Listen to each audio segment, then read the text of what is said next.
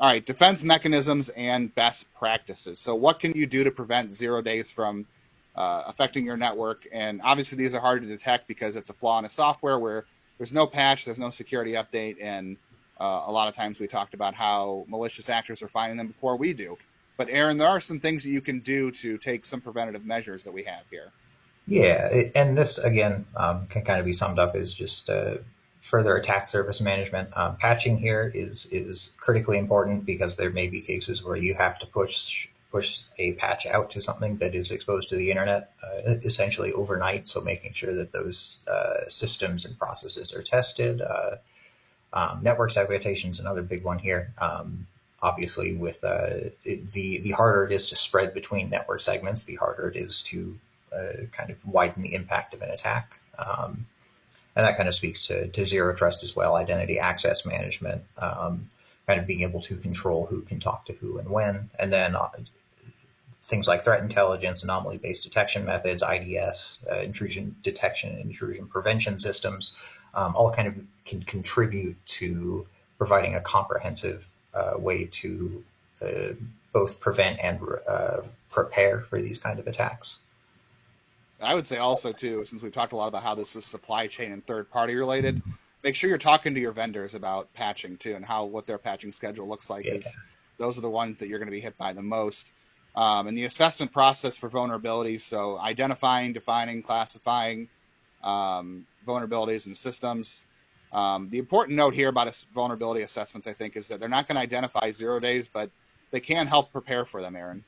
Yeah, and even further on this point, historically, the places that 0 days have been discovered, 4 or 5 months down the line, is through vulnerability assessments. It's through regular reviews of infrastructure, and something just stands out that turns into a full blown compromise or something like that. So it's extremely important to, especially when it comes to vulnerability assessments, to keep those regular, to pay attention to the results, to continually improve and harden pretty much any kind of network infrastructure endpoints that you can against these kind of attacks. IT must be agile. So when if you do face a 0 day before there's a fix, what can you do? So you got to ask yourself what systems can be impacted by the vulnerability. What's the scope? Learning how to take systems offline safely. And are there critical systems you cannot take offline? And are there workarounds we can employ? And Aaron, this is kind of a big deal for a lot of our audience because obviously in public safety and government, you have a lot of critical systems that can't be Yep. offline. So you have to find workarounds for these things. Yep, and that's a huge pain point with 0 days. Is it's a little bit of a catch-22. Is if you can't take a system offline to patch it, it might get hit by a 0 day and end up being needed to be taken offline anyway. But this in particular, in terms of the ability to patch these things, to understand how they can be taken on and offline, the criticality, all of that speaks to having like a comprehensive incident response plan, having that be tested, implemented, and revised to make sure that when because especially when we're talking about 0 days, it's sometimes it's just a matter of not a matter of if but when. So being prepared to respond to these things is incredibly important. And patch management cannot prevent 0 day attacks, obviously, but it can reduce your exposure window if you can deploy it quickly before attackers can identify the vulnerability and exploit it. So that's if you can get a patch out in a couple of hours or days. And always important to document and review software versions, making sure that your patches are safely applied, but make sure the patches also don't have vulnerabilities, because I know I've seen that be an issue before too.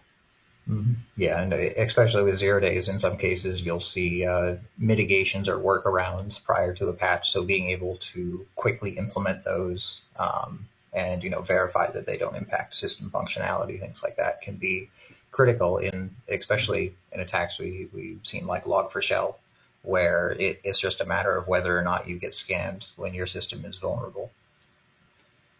Incident response plans. This is one where you should have you should have 0 day responses. So if you are impacted by a vulnerability or an exploitation of a 0 day, this should be a piece of your playbook. So make sure you're having that in your plans as well. That should be part of it. And then conduct regular cyber risk assessments. So building resilience through best practices. CISA recommends developing and testing your incident response plans, making sure that you are implementing network segmentation and access controls as well.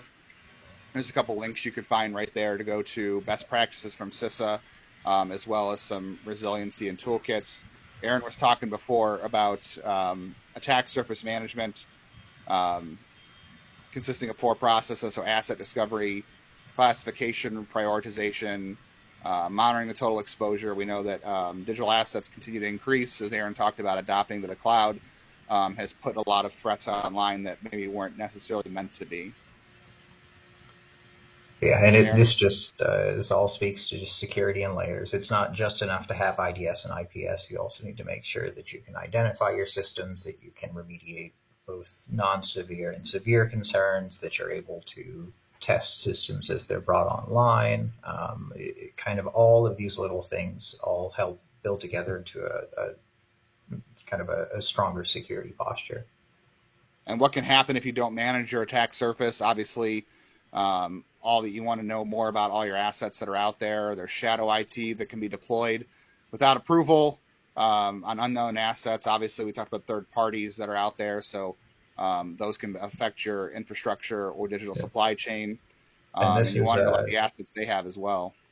this is something we've seen, especially with unknown kind of shadow assets. I responded to incidents that it was the smart HVAC system that was compromised and was talking out to a botnet, and it was something that the IT team had no idea was on the network. It had been there for months, so it is again to give your teams the best chance of responding quickly and effectively. You have to have this information in place beforehand. And obviously, the winning combination we always talk about is, Aaron talked about heuristic analysis, but I think human to human expertise is needed to help you cut through the noise. So you've got obviously the monitoring option, and you've got behavioral based and AI driven alerts, and then it gives you a resilient cyber posture. I think combining the automation side with the human detection side is kind of the key piece here in all of this. Yeah, and that's it. There's countless attacks that have been caught by someone who is familiar with the network, seeing an interaction and saying, "Hey, that's not supposed to be happening," and that turns into a whole incident response just from that. And Aaron, you talked before about heuristic detection and how good guys can go about discovering a 0 day.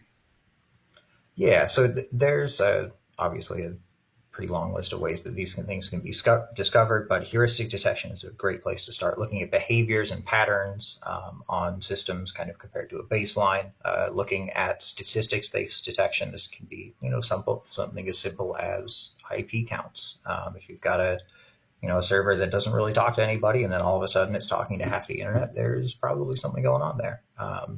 And then another one we see, especially with larger companies like Google, Microsoft, Amazon, things like bug bounties, where there's an incentive to sort of responsibly disclose these things so that they can be patched, they can be mitigated prior to public disclosure, and usually that comes with some sort of monetary reward. But again, all of these things kind of build together to give a strong foundation for getting these things handled.